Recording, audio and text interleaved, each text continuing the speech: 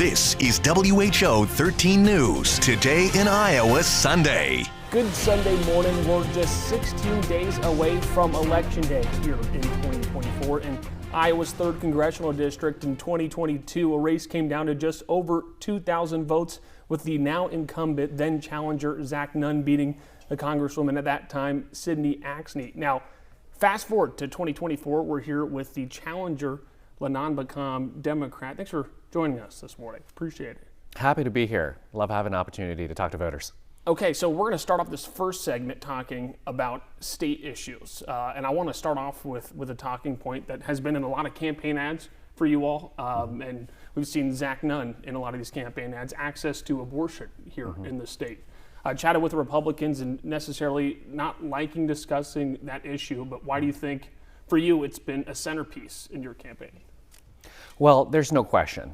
I've traveled this entire district, all 21 counties. I've been to all of them, many of them multiple times, and I go to listen and I learn. I hear from Iowans on the issues that matter to them. And this fundamentally is an issue about freedom. The fact that abortion is now banned in Iowa before most women even know they're pregnant, that is a right that has been taken away, and Zach Nunn laid the groundwork for this. Folks across the district understand and know that he has taken these extreme positions his entire political career. Every single time he's had an opportunity to vote for or support some type of ban on abortion or taking away contraception or IVF, Zach Nunn has taken that position. He even wants to go further with a national abortion ban without exceptions. Even in the case of rape, incest, or the life of the mother, that is extreme. Iowans know that, and it's so much more real now because the Supreme Court upheld the law that bans abortion in the state just earlier this summer. And so the rights have been taken away. People want to have their rights restored.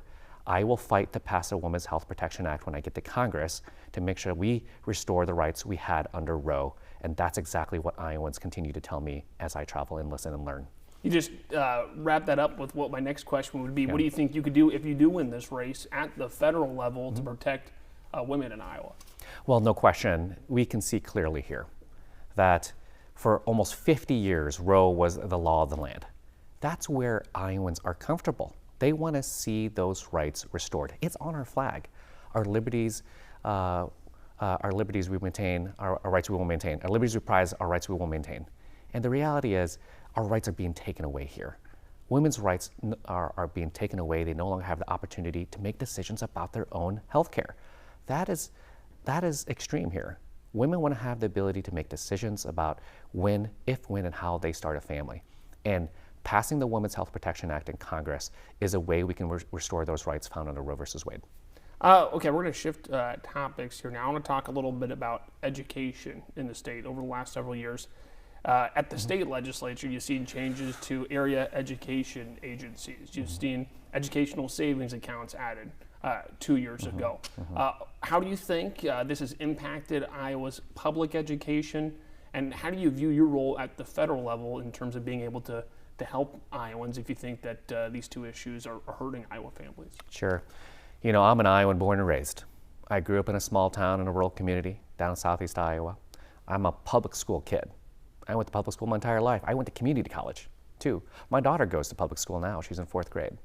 And the reality is Iowa has had a deep history with education and public education. Our quarter says it, foundation in education. Iowans are proud of the education system we've had in our state for so long.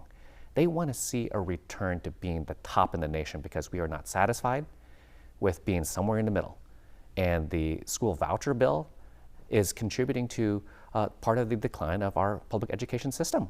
And let's make it clear here that Zach Nunn, he laid the groundwork for this as well when he was in the state legislature. He even said the school voucher program is a model that we should take to the national level, just like he wants to do with his near total abortion ban. He wants to take it nationwide. With the school voucher bill, he wants to take it to DC as well.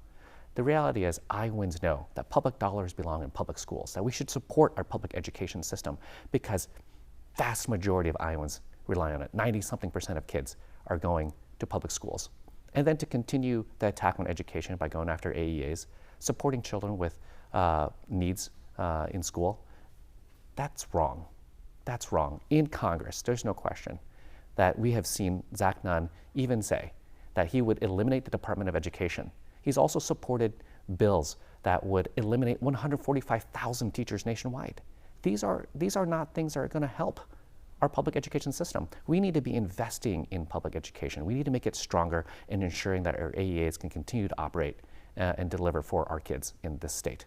How concerned are you that you did touch on it a little bit there too, but that this could become a national model? It's been a talking point going back to the Republican caucuses all throughout last year. How concerned are you if it was a red trifecta at the federal level that we would see some type of policy nationally, whether it is changes to students with special needs, AEAs, and school vouchers at a federal level?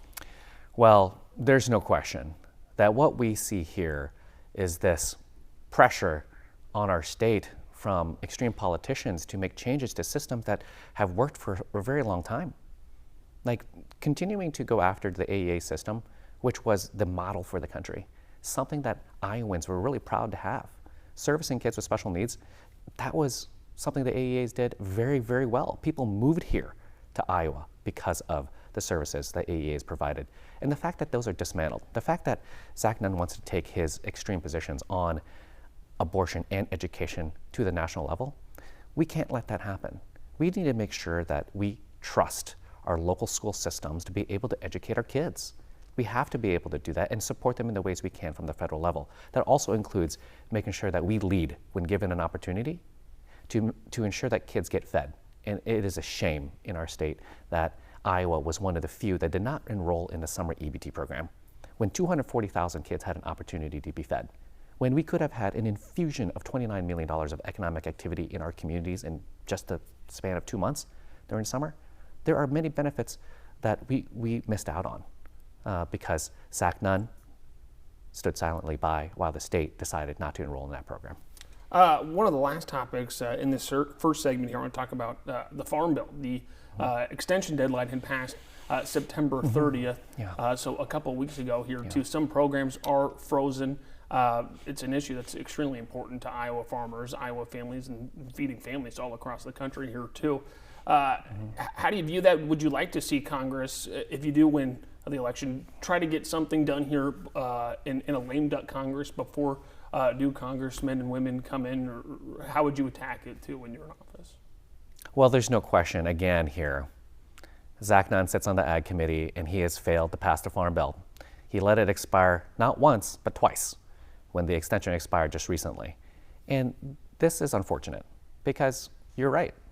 Our farmers and our ranchers, they need certainty. They need to understand the programs that they're going to be eligible for as they start planning right now for their next planting season. This is really, really key. And beyond our farmers and ranchers here, our Farm Bill is critical for also understanding what kind of economic programs we can have for our rural communities as well.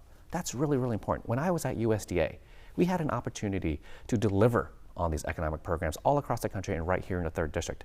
The fact that we were able to expand access to high-speed internet through my time at USDA, the fact that we were able to deliver on investments in rural communities, finding ways to upgrade water and wastewater treatment facilities, for example. That has happened here in the 3rd District in my time at USDA. Those are the kind of things that also support our rural communities. And let's not forget here, nutrition is also a key component of the Farm Bill.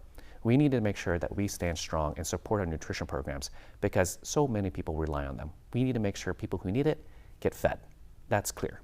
All right, Mr. McCobb, thank you very much. We'll be right back with the candidate talking about national issues.